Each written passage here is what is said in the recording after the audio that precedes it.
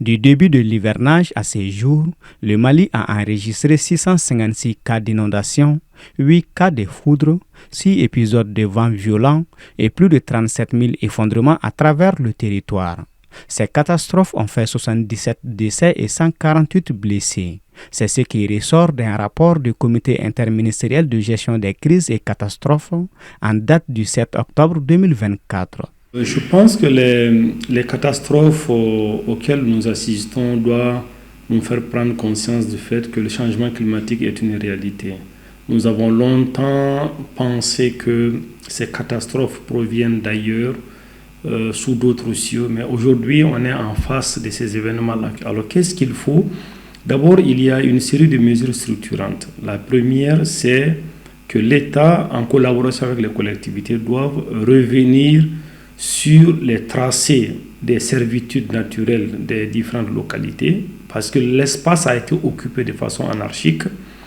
L'État est muet là-dessus, les collectivités sont complices, et donc même dans les lits de marigots, dans les lits des rivières, on a construit des maisons. Face à cette situation catastrophique, qui malheureusement continue de faire encore des victimes, quelles sont donc les urgences ? Donc ce qu'il faut, c'est un recensement de ces servitudes, leur mise en vigueur par l'État, par tous les moyens. Et donc, dans l'urgence, il faut trouver des moyens pour recaser des populations qui sont touchées par ça.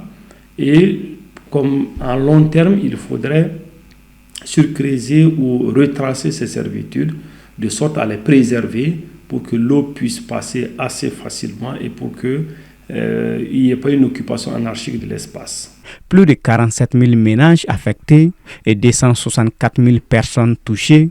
Selon le rapport, 128 écoles sont actuellement occupées par des populations sinistrées. La première des choses chez les sinistrés, c'est le logement et puis la nourriture. Parce que la catastrophe est accompagnée d'un déplacement physique des localités. Et donc, comment les recaser ? Et les lieux d'urgence qui sont des lieux classiques, ce sont les écoles, mais ça ne peut pas être des moyens éternels.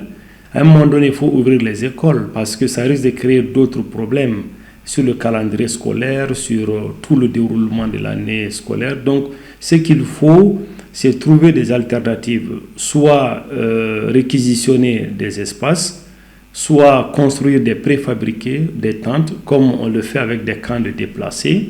Le gouvernement, après avoir déclaré l'état de catastrophe nationale, a annoncé le mois de septembre dernier avoir mobilisé 4 milliards de francs CFA et renforcé le stock national de sécurité alimentaire dans le but de faire face aux conséquences de ces catastrophes.